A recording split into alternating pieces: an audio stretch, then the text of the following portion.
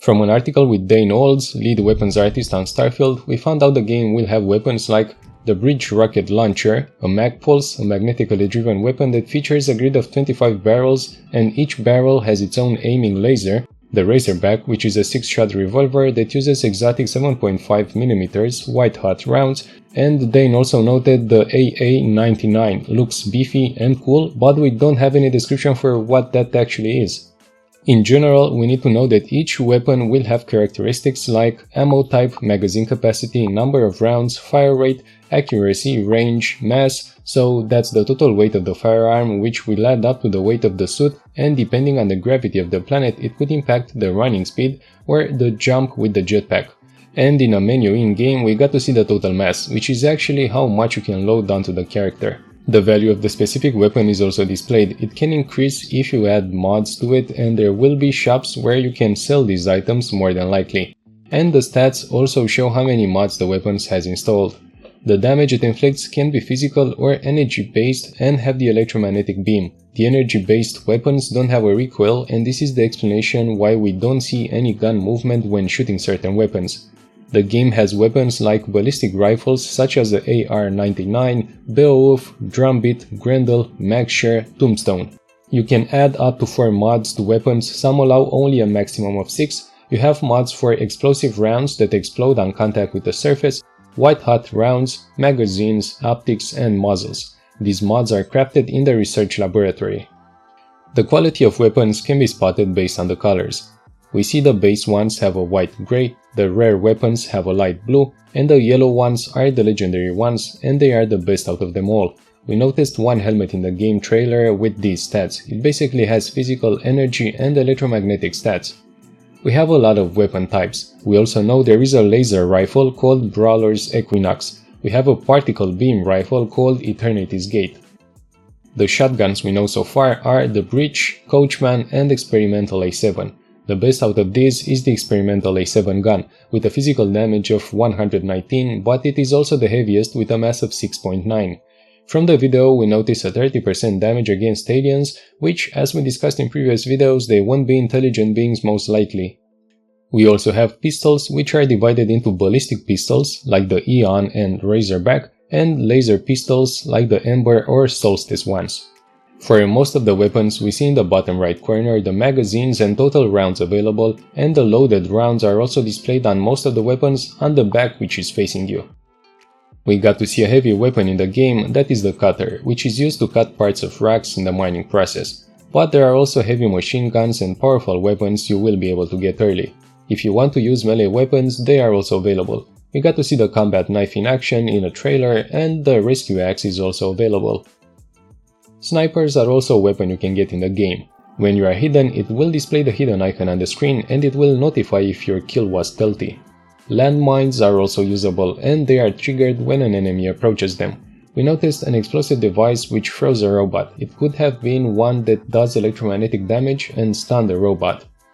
Suits also have a role. They show stats as physical energy and electromagnetic resistance for when it comes to weapons. And below these another 4 like thermal, corrosive, radiation, which might deal with the atmosphere on planets, and airborne, which shows the resistance when up in the air and taking damage. I've left in the description a ton of info on the game with everything you need to know before starting the game, no spoilers. Please check them out, and also if you found this video useful, please consider subscribing to my channel to not miss out future videos about Starfield. And there is something nobody is talking about. In a long trailer there is a scene in which the player activates with his hand a low gravity around him. All the enemies lose their weapons and start floating. I can't wait to see how we can unlock this in the game. It could be mission related. Surely you guys will see it on my channel as soon as I find out how to unlock this. It seems modders will be able to add planets also once the game is out. Modding could make it a near limitless game. We also know that there will be mods for enhancing the graphics, adding DLSS, new quests might be added also, maybe multiplayer and all sorts of things. Some modders got the game prior to the release date and they are working hard on the extra features for the game. We might even expect to see a multiplayer mod for Starfield. We know Starfield is supporting the modding community, and this means it will be a long process which might take years, in which we will see many different mods out there which will make players enjoy the game for many years to come. all benefiting Bethesda because it will drive up sales. So modding support exists from day one. As Todd Howard said, Starfield is a modder's paradise, adding that modding is part of our DNA here. Next to what I mentioned, mods could also include new quest lines, NPCs, cosmetics of course, ship cosmetics, and environment modifiers. Nexus Mods shared that Starfield will be using an updated version of the Creation Engine which powers Skyrim, Fallout 4, and Fallout 76, meaning that modders are familiar with the processes for modding Starfield to a certain extent already. Nexus Mods also announced that there's a Starfield modding Discord server, a wiki, and a dedicated forum. The Starfield game section on Nexus won't come online until closer to launch. At Gamescom, we got to find out a lot of new info about Starfield. Todd Howard was for the first time at Gamescom and he gave a lot of new info to the fans. We found out you start the game as a miner and the story develops and gets bigger and bigger, offering more freedom gradually. Jamie Mallory, producer on Starfield, said that the faction quests are really unique and have a lot of depth. He suggested to venture on them before completing the main golden quest. So a lot awaits us. Some are promising 1000 hours of unique gameplay, but follow the channel to see more about the game and let's discover its secrets together. We know the main quest is fairly small, about 40 hours long, but side quests will be interesting as well. A lot of them will prove to be as good as the main story ones.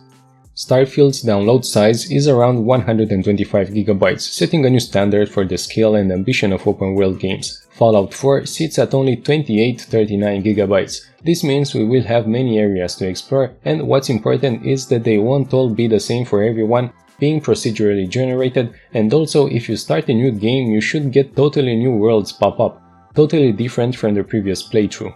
The game has a lot of potential and only constant improvement after the launch, and the player's engagement could make it completely epic. The game received an 18+ overall rating from the Australian Classification Board, with the sex category given a rating of none and the nudity category given a rating of very mild impact. So it seems that you can invite a romanceable character to your bed, but then there is a cut and the next scene is post-sex, not during. According to the ESRB rating summary, there is some suggestive material in the dialogue, and after sharing a bed with characters, we have these lines. Life is a sexually transmitted disease that's 100% fatal. I'm all for getting a little wild, but next time let's try this without jetpacks. Talk about seeing stars, wow, that was amazing.